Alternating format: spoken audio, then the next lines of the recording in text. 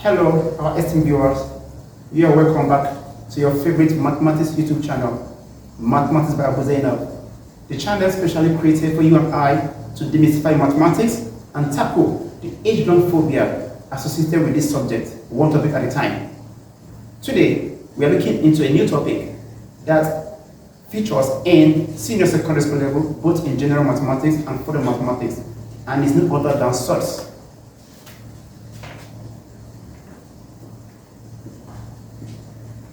What exactly is Surds? You can understand the idea of Surds if you do have a good understanding of the concept of rational numbers. What are rational numbers? Rational numbers in mathematics are simply numbers that can be expressed as ratios or fractions.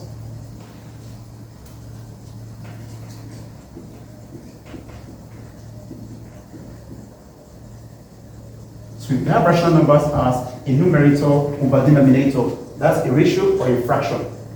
And examples abound. We can have 2 over 3, 4 over 5, 10 over 25, and so on and so forth. They can be simply expressed as a numerator over denominator or a ratio. Those are rational numbers. On the other hand, numbers that are not rational are called irrational. Just opposite.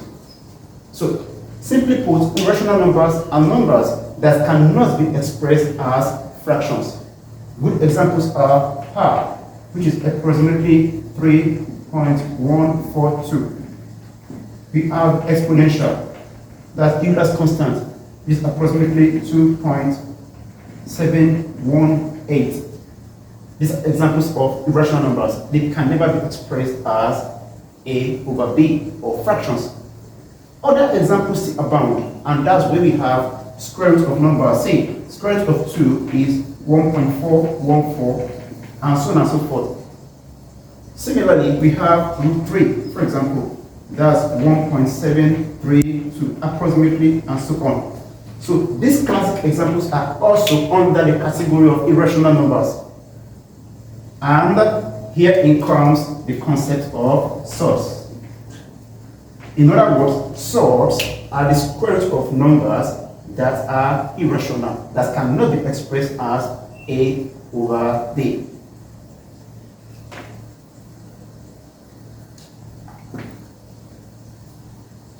Another way of looking at surds has to do with our previous understanding of the concept of perfect squares. What are perfect squares? Perfect squares are whole numbers whose square roots are also whole numbers. What do I mean? If you have a number, say 9 is a whole number. The square root of 9 is 3, which is also a whole number. Hence, we say that what? 9 is a perfect square.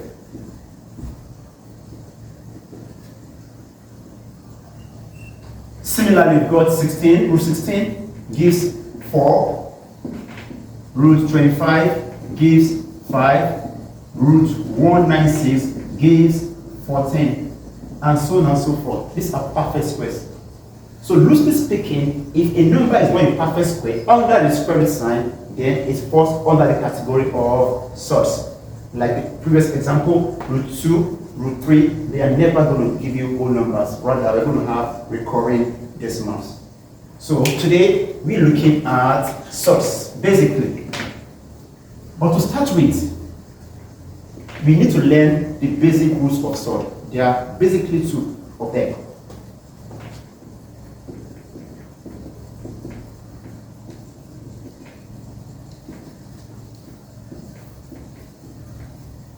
We have the first rule which says root n times n is equal to root n times root n.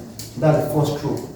Then the second rule is root n over n equals to root n divided by root n. These are the basic rules we have in surds. So whatever other rules exist are actually going to be associated with these 2 rules. So let's take our very first example and see how it pans out.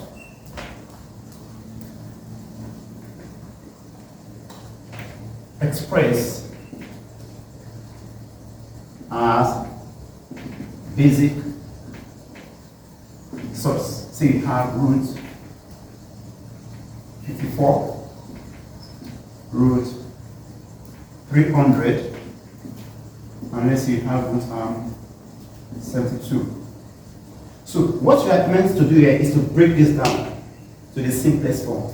And in so doing, you need to bring in the concept of perfect square. Of course, we know each of these numbers have several products. Several. For example, 54 can be gotten by saying 2 times 27.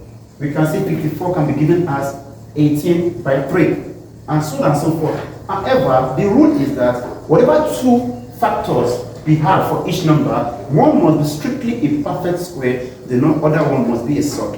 What do I mean? If I pick, for example, root 54, I had a choice of picking 18 by 3, which is 54. However, neither 3 nor 18 is perfect.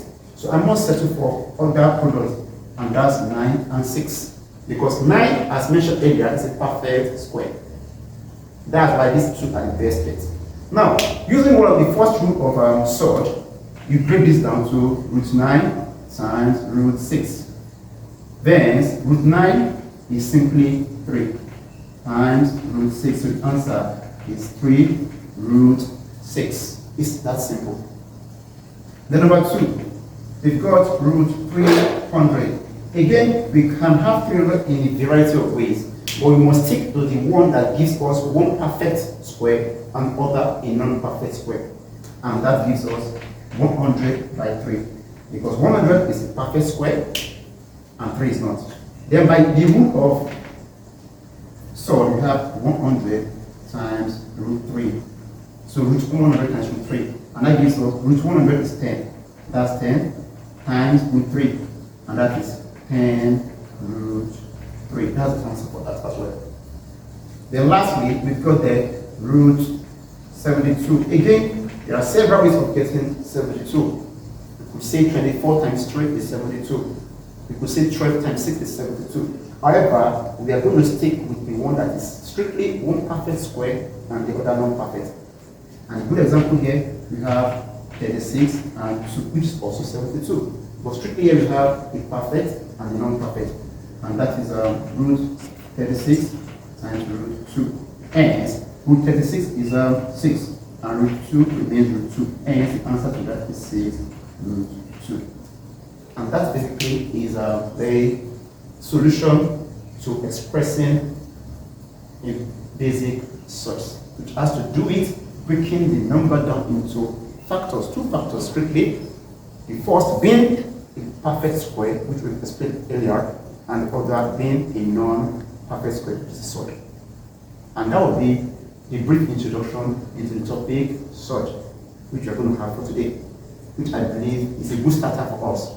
And this actually is going to lay the foundation for subsequent works on surd. And the next will be the operations. When I say operations in mathematics, we mean addition, subtraction, multiplication, and division. This is very foundation, which I believe you found quite interesting and straightforward. If you do so, please do well to view, share, like, subscribe, and most importantly, don't forget to tune in your notification button so that you'll be the first to know when our next video is uploaded. Thank you and stay blessed.